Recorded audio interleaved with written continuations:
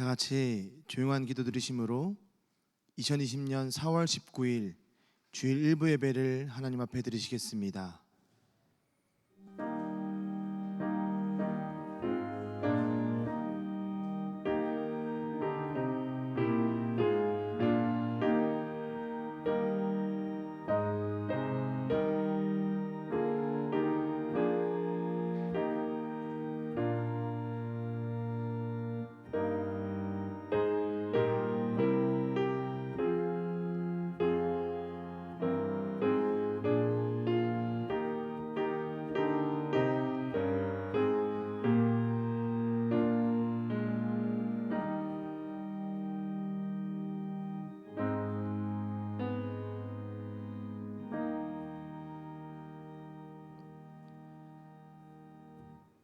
그러므로 우리는 긍휼하심을 받고 때를 따라 돕는 은혜를 얻기 위하여 은혜의 보좌 앞에 담대히 나아갈 것이니라. 아멘. 다 같이 자리에서 일어나셔서 경배 찬송가 15장을 찬송하시겠습니다.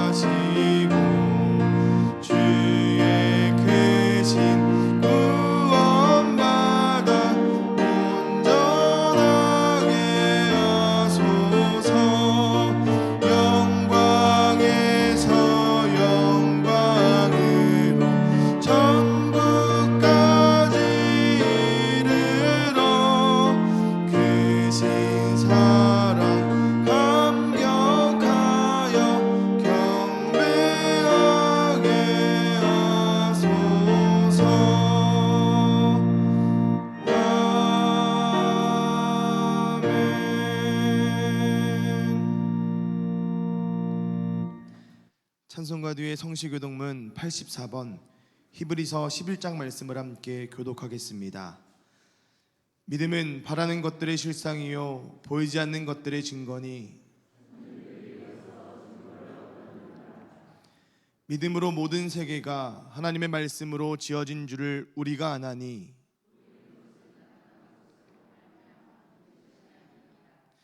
믿음으로 아벨은 가인보다 더 나은 제사를 하나님께 드림으로 의로운 자라 하시는 증거를 얻었으니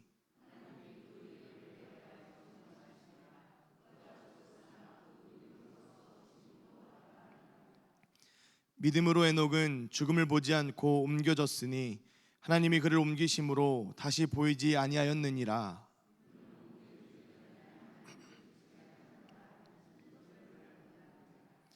믿음이 없이는 하나님을 기쁘시게 하지 못하나니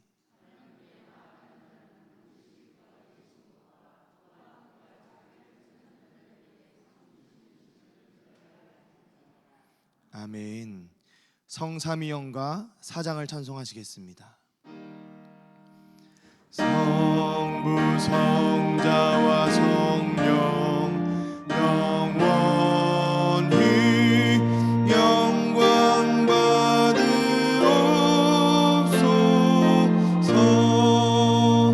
태초로 지금까지 또 길이 영원 무궁 성삼위께 영광. 아멘.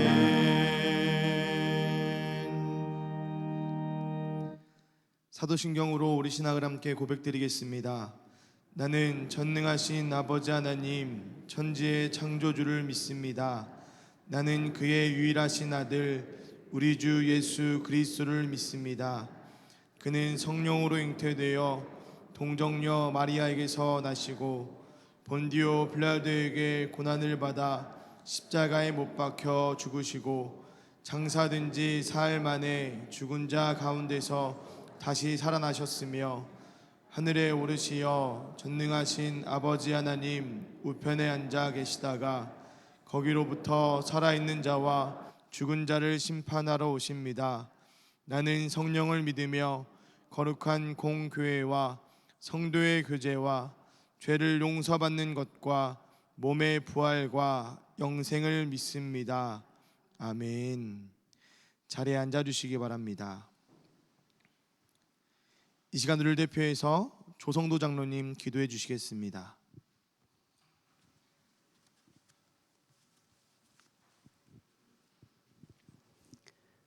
우리의 모든 것을 주관하시는 하나님, 거룩한 주일 아침 하나님을 찬양하며 경배하오니 우리의 예배를 받아주옵소서. 부활하셔서 우리의 소망이 되신 예수님, 우리를 긍휼히 여기사 은혜 베풀어 주시기를 원합니다. 코로나 바이러스로 인해 힘들어하는 우리에게 성령님 위로하여 주시고 우리의 갈 길을 인도하여 주옵소서. 하나님, 코로나19로 인해 고통받는 우리를 불쌍히 여기사 구원하여 주시기를 원합니다. 우리의 교만과 죄악을 용서하여 주시기를 원합니다. 인간의 나약함을 깨닫게 하시고 하나님을 더욱 의지하며 하나님의 세밀한 음성에 귀 기울이는 우리가 되게 인도하여 주옵소서. 정치, 경제, 사회, 문화가 회복되어 일상으로 돌아갈 수 있도록 새로운 희망을 꿈꿀 수 있도록 인도하여 주시기를 원합니다. 찬송과 기도소리가 끊이지 않고 예배가 회복되며 말씀이 실천되어 열매 맺는 사회가 속히 올 수 있도록 은혜를 베풀어 주옵소서.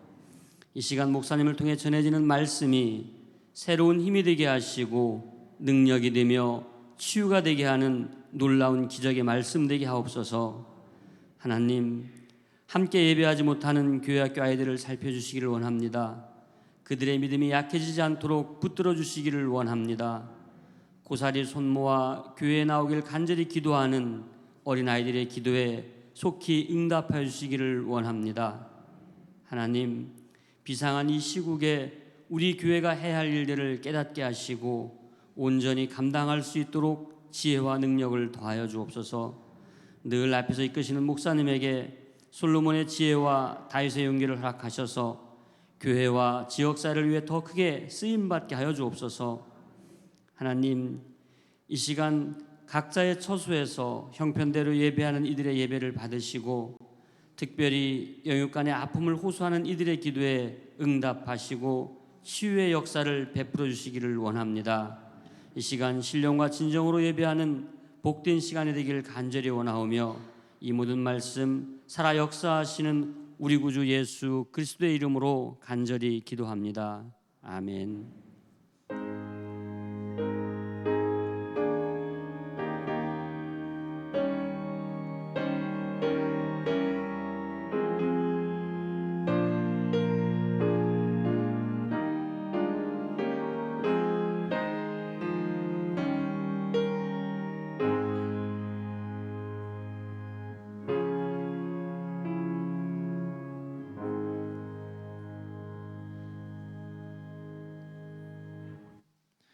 오늘 선포되어질 하나님의 말씀은 사도행전 9장 36절에서 43절까지의 말씀입니다. 신약성경 203면 정도에 있습니다. 봉독해드립니다. 욥바에 다비다라 하는 여제자가 있으니 그 이름을 번역하면 도르가라. 선행과 구제하는 일이 심히 많더니 그때 병들어 죽음에 시체를 씻어 다락에 누이니라. 룻다가 욥바에서 가까운지라 제자들이 베드로가 거기 있음을 듣고 두 사람을 보내어 지체 말고 와 달라고 간청하여 베드로가 일어나 그들과 함께 가서 이르매 그들이 데리고 다락방에 올라가니 모든 과부가 베드로 곁에 서서 울며 도르가가 그들과 함께 있을 때에 지은 속옷과 겉옷을 다 내보이거늘 베드로가 사람을 다 내보내고 무릎을 꿇고 기도하고 돌이켜 시체를 향하여 이르되 다비다야 일어나라 하니 그가 눈을 떠 베드로를 보고 일어나 앉은지라. 베드로가 손을 내밀어 일으키고 성도들과 과부들을 불러들여 그가 살아난 것을 보이니 온 욥바 사람이 알고 많은 사람이 주를 믿더라. 베드로가 욥바에 여러 날 있어 시몬이라 하는 무두장의 집에서 머무니라. 아멘. 이 시간 담임 목사님 나오셔서 말씀 전해 주시겠습니다.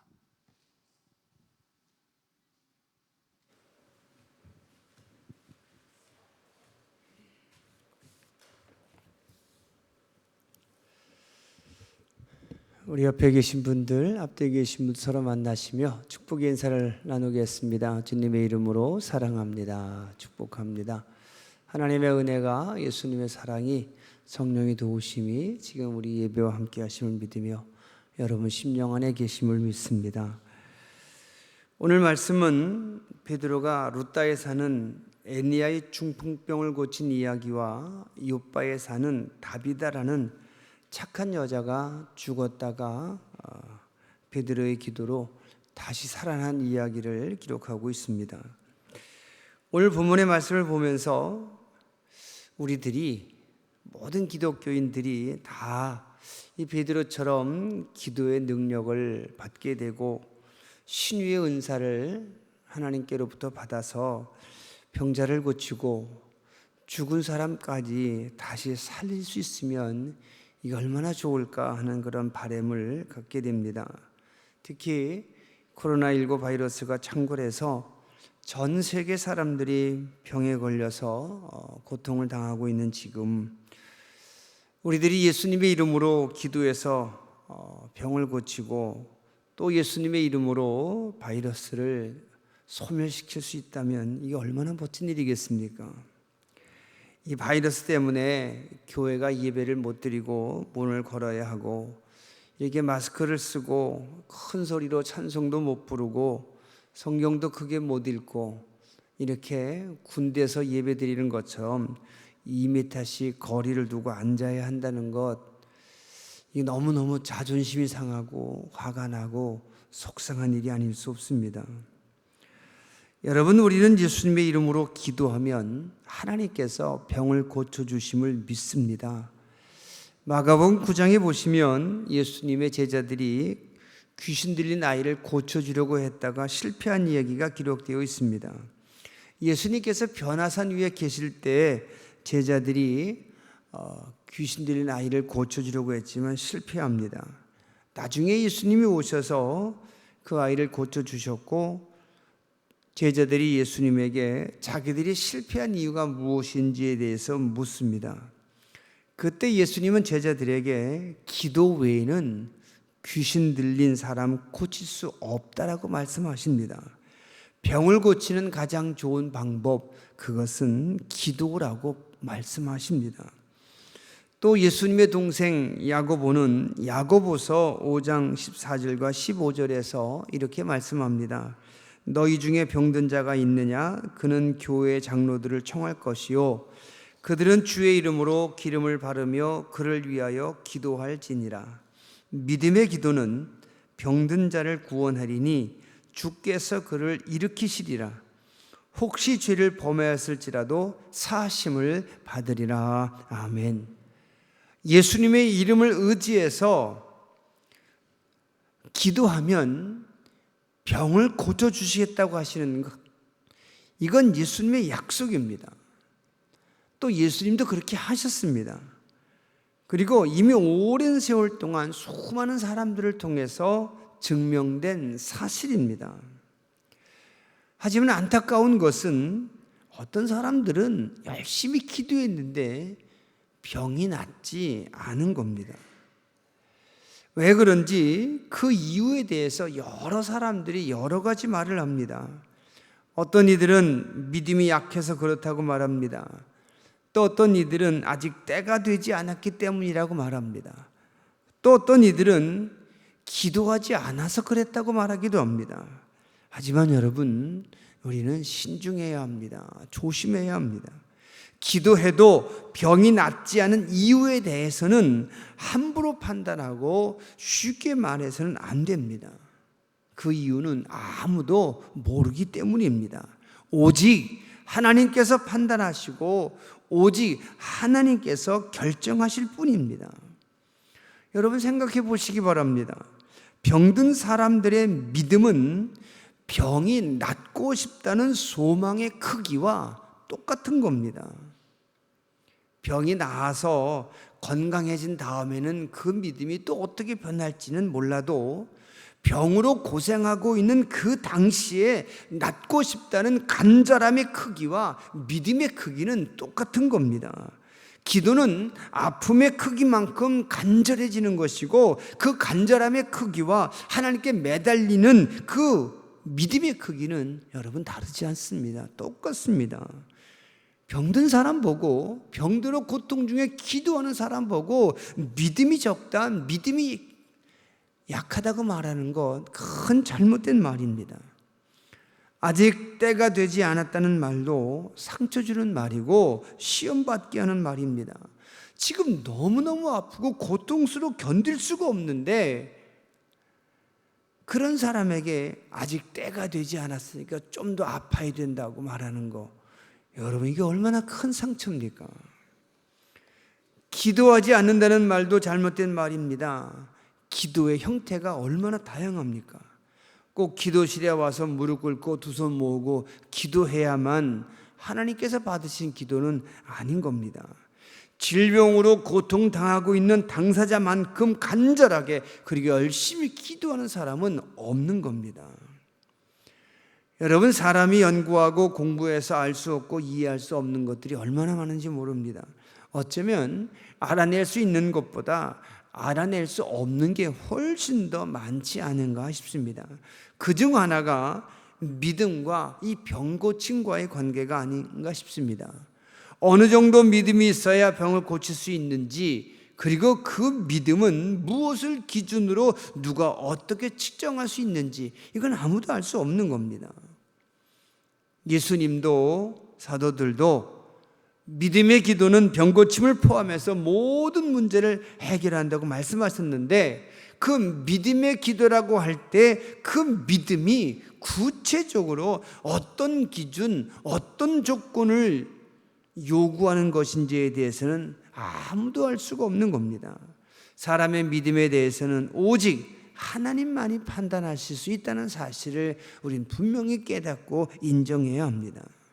단지 우리는 성경에 나오는 사람들을 보면서 어떻게 병 고침의 은혜를 받았는지, 또 어떤 사람은 기도해도 믿음이 좋았음에도 불구하고 병 고침의 은혜를 얻지 못했는지에 대해서 찾아서 비교해 볼 뿐입니다.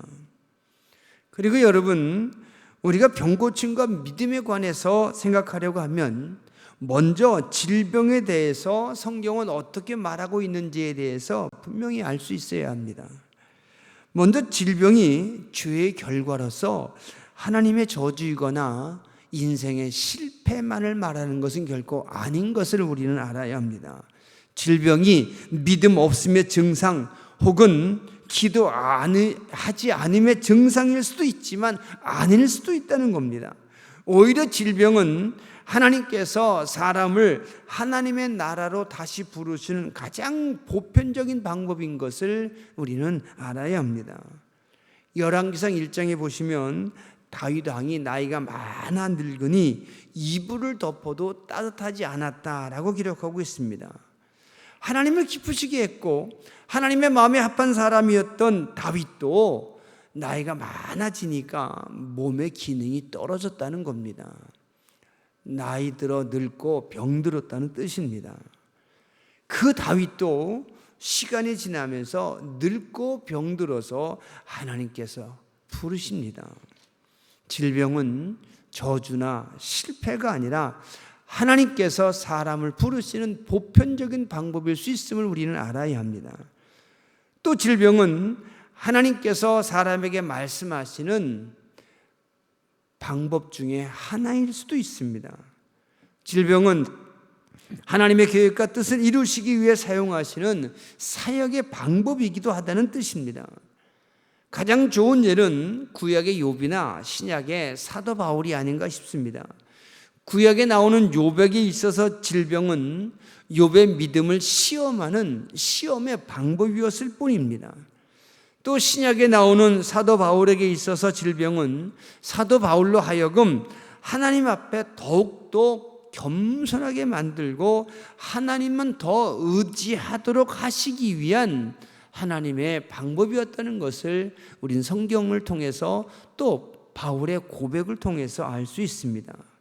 욥이나 사도 바울에게 있어서 믿음이 없어서 그들이 기도하지 않아서 순종하지 않아서 병에 걸린 것은 결코 아니었던 겁니다.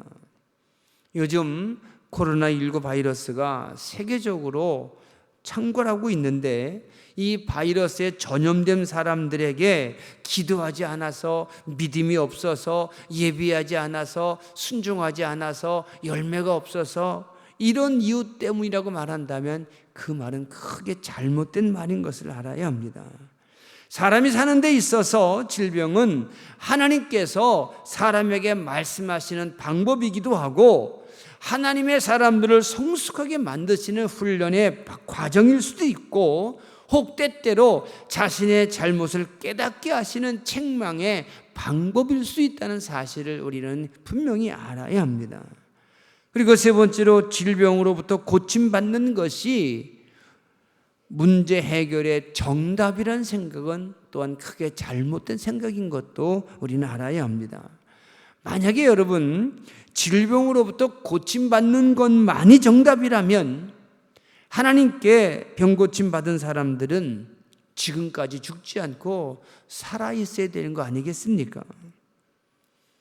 하지만 육신의 질병을 고침받은 것과 그 영혼이 구원받아서 하나님의 사람이 된 것과는 전혀 별개의 것입니다. 예를 들어서 고침받은 10명의 나병 환자 중에 돌아와서 예수님께 감사하다고 해서 예수님으로부터 내 믿음이 너를 구원하였다라고 칭찬받은 사람은 한 사람이었고 그 한 사람의 경우와 나머지 9명 사람의 경우는 전혀 다른 겁니다. 질병에서부터 고침받아야만 믿음으로 문제를 해결한 모범적인 답안이라고 본다는 것, 이건 잘못된 겁니다. 성경적이지 않습니다. 만약에 그렇게 된다면 질병으로부터 고침받는 것만이 믿음의 정답이라고 생각한다면 질병으로 죽은 사람은 다 하나님의 사람이 아닌 것이 되고 마는 겁니다. 만약에 질병으로부터 고침받는 것만이 정답이라면 질병으로 죽은 사람 다 믿음 없는 사람들이 되는 것이고 다 가짜 믿음 가진 사람이 되고 마는 겁니다. 하지만 여러분 절대로 그렇지 않다는 사실을 우리는 분명히 깨달아야 합니다. 때문에 우리 기독교인들은 이 질병의 문제를 기독교인답게 성경적으로 해결할 수 있어야 합니다. 그리고 이 질병의 문제를 성경적으로 해결하려면 질병에서 고침받은 사람들은 어떤 사람들이었는지, 그리고 고침받지 못한 사람들은 또 어떤 사람들이었는지를 함께 생각해 보고 찾아봐야 합니다. 먼저 질병으로부터 고침받은 사람들이 어떤 사람들이었는지를 생각해 보시기 바랍니다. 병 고침받은 사람들 헤아릴 수 없을 만큼 많습니다. 너무너무 많습니다. 그리고 그 이유도, 그 방법도 헤아릴 수 없을 만큼 다양하다는 사실을 먼저 전제해야 합니다. 먼저 믿음으로 자신의 병이나 가족의 병을 고침받은 사람들이 있습니다. 대표적인 사람은 바디메오나 12전을 혈루증으로 앓았던 여인이 아닌가 싶습니다. 바디메오는 믿음을 가지고 예수님을 소리쳐 불렀습니다. 주변의 사람들이 잠자고 있으라고 야단을 쳐도 바디메오는 아랑곳하지 않고 더 큰 소리로 예수님을 불렀습니다. 이것이 믿음입니다. 이 믿음으로 바디메오는 고침받습니다. 그리고 12년 동안 몸에서 피가 멈추지 않고 흐르는 그런 병에 걸린 여자가 사람들 틈을 비집고 들어가서 예수님의 옷자락을 만지고 병 고침을 받습니다. 오랜 병으로 사람들에게 외면당하고 무시당하던 여자였지만 예수님 만나기 위해서 사람들의 틈을 비집고 들어가서 예수님의 옷자락을 만진 이 행동은 분명한 믿음이었습니다. 바디메오나 이 여인은 세련되고 성숙하고 지적인 믿음 가진 사람은 아니었습니다.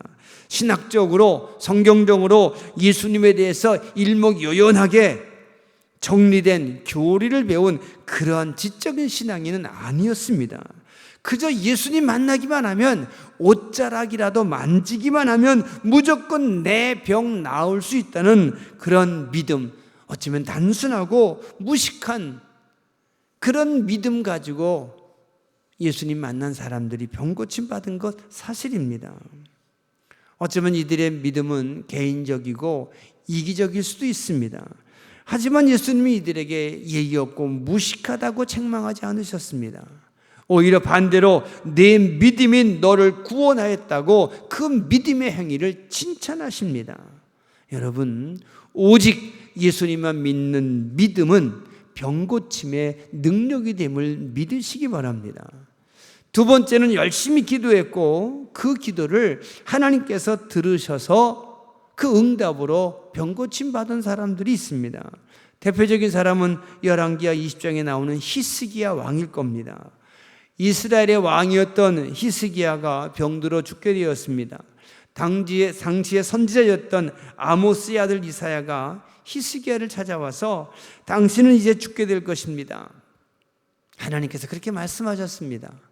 집안 정리 잘하고 이제 장례 준비하고 조문객 받을 준비하십시오. 당신이 죽게 되는 것, 이게 하나님의 뜻입니다. 그렇게 말하고 돌아갑니다.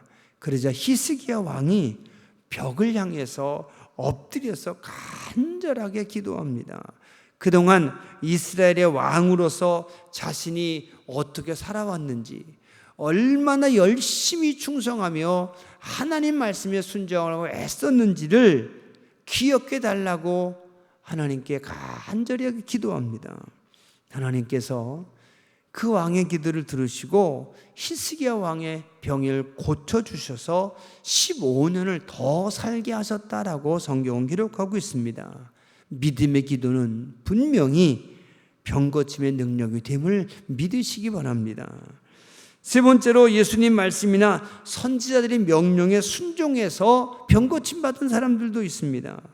베데스다 연못가에 누워있던 38년 된 환자의 경우를 생각해 보시기 바랍니다. 그 환자가 예수님 찾아가서 자기의 병 고쳐달라고 부탁한 것이 아니었습니다. 간절하게 기도해서 예수님이 찾아가신 것이 아니었습니다. 오히려 예수님께서 그 환자를 찾아가서 그 사람에게 일어나 내 자리를 들고 돌아가라 했을 때 그는 순종했을 뿐입니다. 그리고 그 즉시로 병이 나았습니다.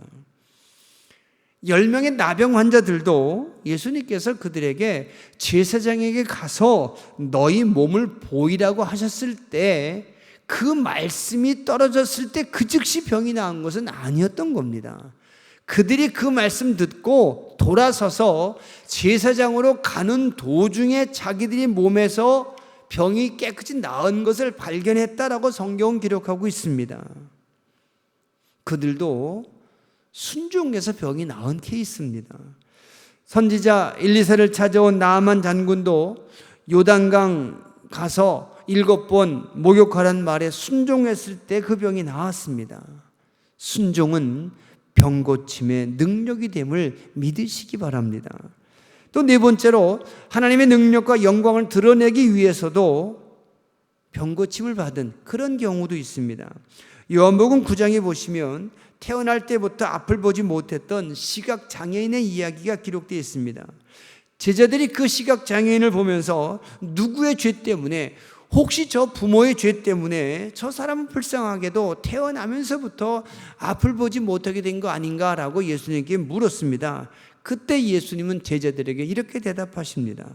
이 사람이나 그 부모의 죄를 인한 것이 아니라 그에게서 하나님이 하시는 일을 나타내고자 하심이라.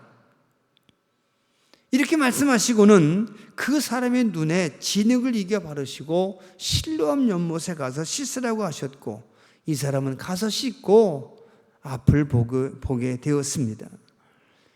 또한 요한복음 11장에 나오는 나사로의 경우도 하나님의 영광을 위해서 죽었다가 다시 살아나게 하십니다. 그리고 오늘 본문에 나오는 이 중풍에 걸렸던 애니야의 경우도 마찬가지입니다. 8년이나 중풍으로 고생하고 있는 애니야를 베드로가 만났습니다. 이 애니야란 사람이 성도였는지 아니었는지는 분명하게 알 수 없습니다.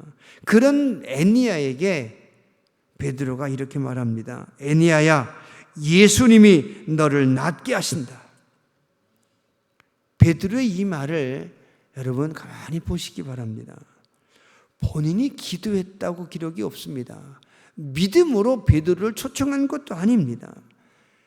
베드로가 그 사람을 만났고 베드로가 그 사람에게 일방적으로 선포하는 겁니다. 예수님이 너를 낫게 하신다. 하나님의 일을 위해서, 하나님의 영광을 위해서 예수님께서 고쳐주신다고 선포하는 겁니다. 여러분, 질병은 죄 지은 사람에게 주시는 하나님의 벌이 아님을 기억하시기 바랍니다. 때때로 하나님의 능력과 하나님의 영광을 증명하기 위한 방법으로도 이렇게 사용되고 있음을 우리는 알아야 합니다. 다섯 번째로 착한 일 많이 했기 때문에 하나님께서 고쳐주신 경우도 있습니다. 오늘 본문에 나오는 다비다의 경우입니다. 오늘 말씀을 보면 다비다는 착한 일을 많이 한 사람이었습니다. 선행과 구제를 많이 했던 다비다가 죽었을 때 많은 사람이 슬퍼했고, 바로 그때 베드로가 그 다비다를 보게 됩니다.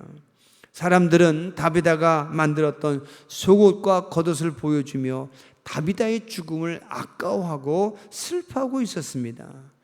그리고 베드로는 사람들을 밖으로 내보내고 무릎을 꿇고 간절하게 기도함으로 다비다가 다시 살아납니다. 착한 일 많이 하고 구제 많이 하고 하나님을 감동시킬 만큼 하면 하나님께서 하나님의 사람 보내서 이렇게 다시 살려주는 경우도 성경에 기록되어져 있습니다. 여섯 번째로는 예수님께서 불쌍히 여겨주셔서 병을 고쳐주신 경우도 있습니다. 누가복음 7장 11절 이하에 보면 나인성의 과부의 아들을 예수님께서 살려주신 기록이 있습니다. 아들 하나 믿고 살던 과부가 있었는데 그 아들이 그만 죽고 말았습니다.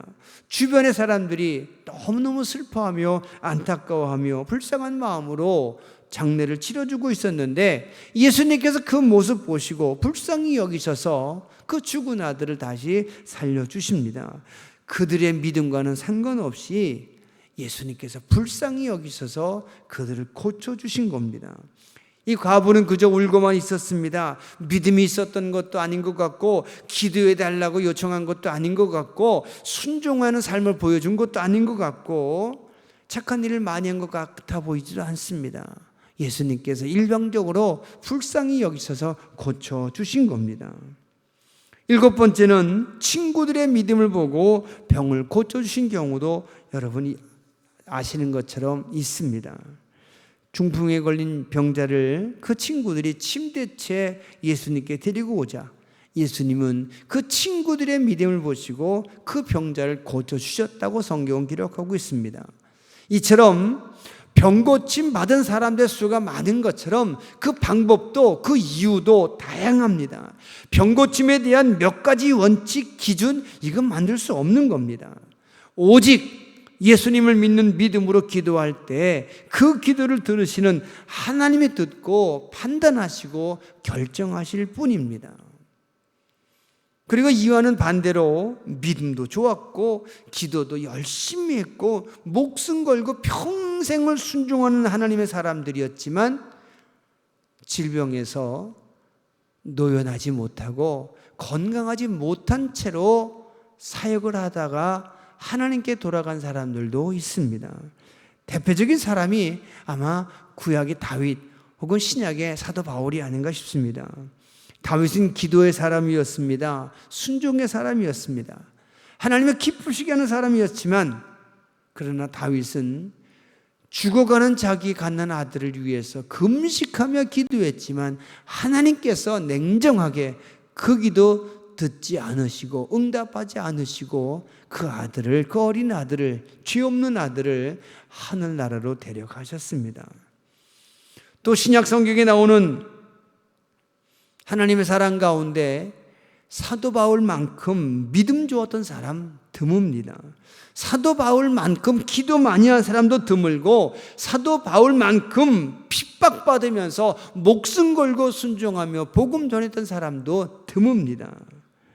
동시에 신약 성경의 인물 가운데 사도 바울만큼 육신의 질병으로 평생 고생한 사람도 없습니다. 육신의 고통도 견딜 수 없을 만큼 아팠지만 사역에도 막대한 지장을 가져왔기 때문에 바울은 3번씩이나 간절하게 병 고침을 위해서 기도합니다. 하지만 하나님은 바울의 병을 고쳐주지 않으셨습니다. 결국 바울은 로마에서 순교당할 때까지 그 질병으로 고생합니다. 결국 고침받지 못한 겁니다. 여러분, 왜 그랬는지 우린 짐작할 뿐입니다. 하나님만이 아실 뿐입니다. 결과적으로 우리가 알 수 있는 것은 아무리 큰 믿음 가졌다 할지라도 아무리 간절하게 기도한다 하더라도 그가 이루어낸 사역의 열매가 아무리 크고 위대해도 하나님의 뜻이 아니라면, 하나님께서 결정하지 않으신다면, 하나님이 허락하지 않으신다면 육신의 질병도 고침받을 수 없다는 것 우리는 눈으로 볼 수밖에 없습니다. 여러분, 질병으로부터 반드시 고침받아야만 믿음이 좋은 것은 아닌 것 여러분 아시기를 바랍니다.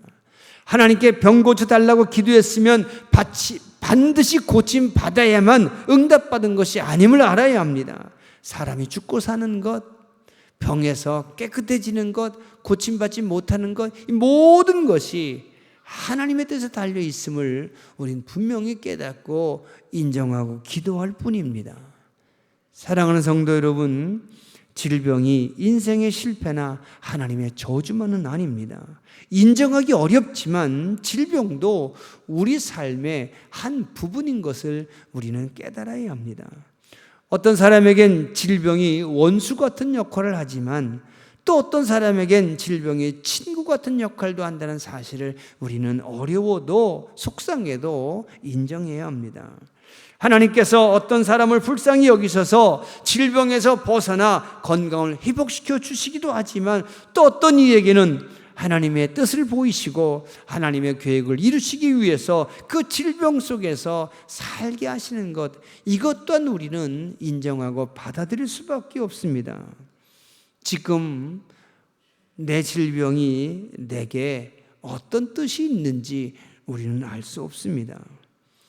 질병과 더불어 살아야 되는 우리는 단지 하나님께 모든 것 맡기고 믿음으로 불쌍히 여겨달라고 기도할 뿐입니다. 이 질병을 통해서 하나님의 뜻이 나타나고 하나님의 계획이 이루어지도록 기도할 뿐입니다. 이 질병 때문에 믿음의 시험 들어 좌절하지 않도록 하나님께 도움을 요청하며 기도할 뿐인 겁니다. 이제 육신의 아픔을 통해서도 하나님 만날 수 있는 성숙한 하나님의 사람들이 되시길 바랍니다. 육신의 연약함을 깨닫게 될수록 내 영혼을 강하게 만드시는 하나님의 능력과 사랑을 믿고 늘 어떤 상황 속에서든 승리하는 여러분들 되시기를 우리 주님의 이름으로 부탁을 드리겠습니다. 기도하겠습니다. 자비하신 아버지 하나님, 우리를 지키시고 우리를 도우셔서 또 예배하게 하심을 감사합니다. 우리 삶에서 일어난 여러 가지 일들 우리가 다 깨달을 수가 없습니다. 왜 이 코로나19 바이러스가 전 세계에 창궐해서 수많은 사람들을 아프게 하고 죽게 하고 속상하게 하고 슬퍼하게 하는지 알 수 없습니다.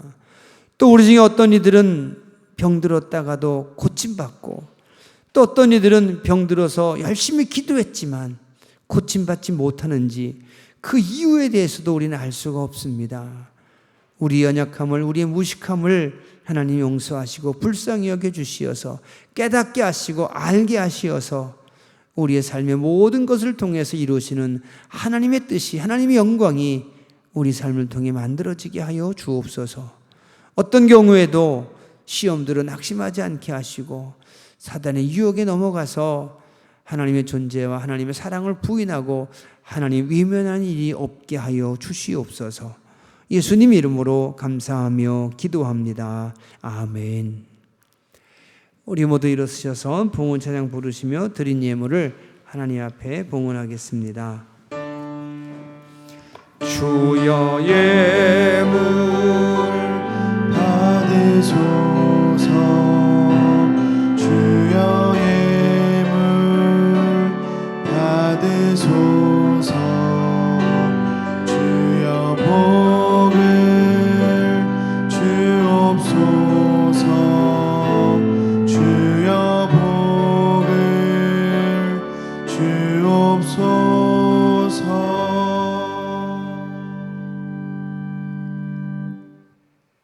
사랑이 많으신 아버지 하나님 감사합니다. 거룩한 날 주의 전에 서게 하시고 예배드리게 하신 것 감사합니다. 주님 앞에 예물을 드립니다. 받으시고 주의 은혜 가운데 우리가 살아가게 하여 주옵소서. 이곳에 서서 하나님께 예배드리는 이들이나 동영상으로 집에서 예배드리는 이들이나 동일한 은혜와 동일한 응답을, 동일한 사랑을 주님 허락하여 주시옵소서. 우리 모두의 예배가 하나님의 영광만을 위해서 하나님께서 주시는 모든 것에 대한 감사의 표현으로 드려지게 하여 주시옵소서. 하나님, 다시금 원하고 비옵나니 이 코로나19 바이러스가 속히 소멸되기를 원합니다. 나사렛 예수님의 이름으로 물리쳐 주시옵소서. 다시 전 세계가 건강해지게 하시고 모든 예배자들이 하나님의 전에 나와서 함께 만나며 교제하며 축제와 같은 예배를 다시 회복할 수 있도록 하나님 은혜 베풀어 주시옵소서. 예수님의 이름으로 감사하며 기도합니다. 아멘. 우리 서로 인사하시며 자리에 앉겠습니다. 주님의 이름으로 사랑합니다. 주님의 이름으로 축복합니다. 늘 똑같은 광고만 드리게 됩니다. 코로나19 바이러스 속히 소멸되도록 기도해 주시기를 바라고요. 또 우리 동영상으로 예배드리는 분들도 같은 마음으로 예배드린 줄로 믿습니다. 속히 이 바이러스가 사라져서 다시 마스크 쓰지 않고 자유롭게 만나서 예배하고 또 교제하고 중단된 모든 사역들이 다시 시작되기를 함께 소망하며 기도해 주시길 바랍니다. 그리고 지금 여러분 우리 교회 유튜브 영상 중에 각 가정에서 예배드리는 영상을 찍어서 올려보았습니다. 2번에 걸쳐 올렸는데 한번 좀 보시면서 가정에선 이렇게 예배드리고 있구나.